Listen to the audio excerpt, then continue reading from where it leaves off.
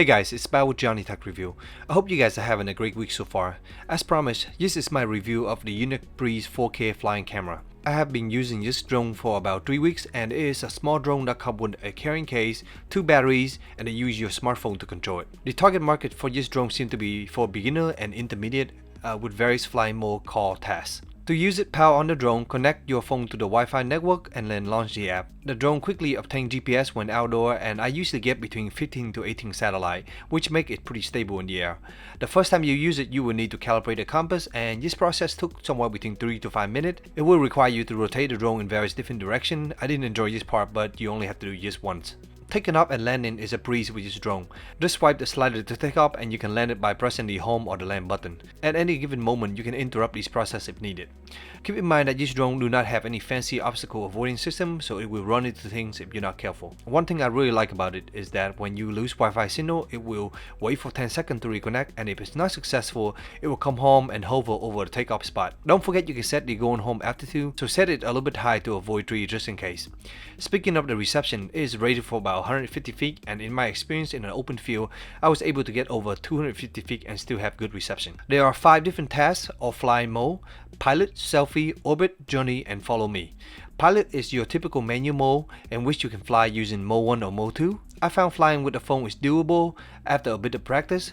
Pro tip: hold down the virtual stick and move it around slightly if you want more fine-tuned direction instead of tapping on the arrow, which gives you a little bit more harsh movement. In the next 4 modes that I described, make sure that you place the drone with the camera facing toward you.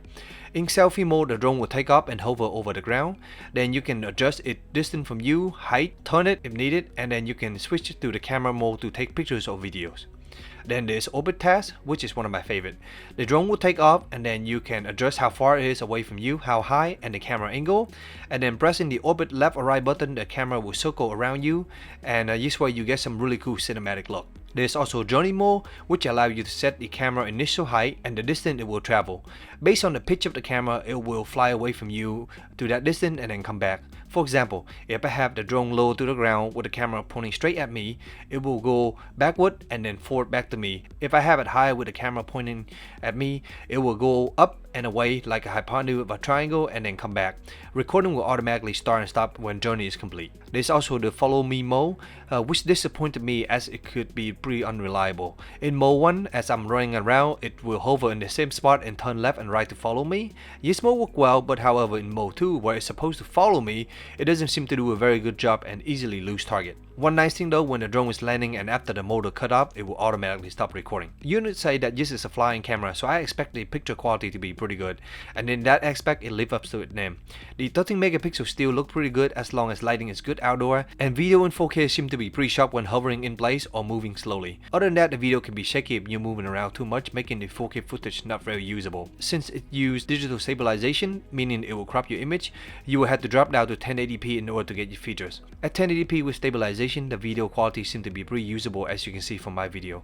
Trade-off for its small size, so there's not much you can do without a lack of the 3-axis stabilization system. The drone also have a built-in 16GB internal storage, which is plenty of space to store picture and video. If you run out of space while flying, you can also record to the smartphone as needed. You can upload a file to the phone via the app, or you can connect it straight to your computer using the micro USB port, which is usually what I do as it is much faster. Yuneec also markets your drone as an indoor drone, and this is true. There is a set of camera and infrared sensor that's able to keep it positioned relative to the ground and hover in a pretty steady manner without any GPS. However, keep in mind that it will try to keep the distance relative to the ground, which means if you use an indoor like my house and you're going over couch, table, and countertop, the drone will go up and down to keep it this distance. One time when I was using it indoor, as I was about 5 feet off the ground, I went over my countertop and the drone got confused and rise up to compensate for the distance, and it hit my light, resulting in the drone spinning out of control and crashing. The good news is that the drone is fine. The blade is just slightly damaged, the camera cover come up and one the leg fall, but everything was fine. I suggest if you plan to use this indoor, do it in an open space like a gym. The drone comes with 2 1150 mAh batteries, each provide a solid 10 to 12 minutes of runtime. Included is an external charger which you can use to charge one battery at a time, and it takes 45 minutes. Additional battery can be had for about $30. So guys, for the price of about $500, I do feel that the Yuneec Breeze 4K is a bit expensive for what it does. However, considering the market space it currently occupied, there's really nothing out there that provides this good quality camera in its compact size and ease of use for the price. Sure, you can get other drones that's about $200 to $300, but they aren't as good or just too big.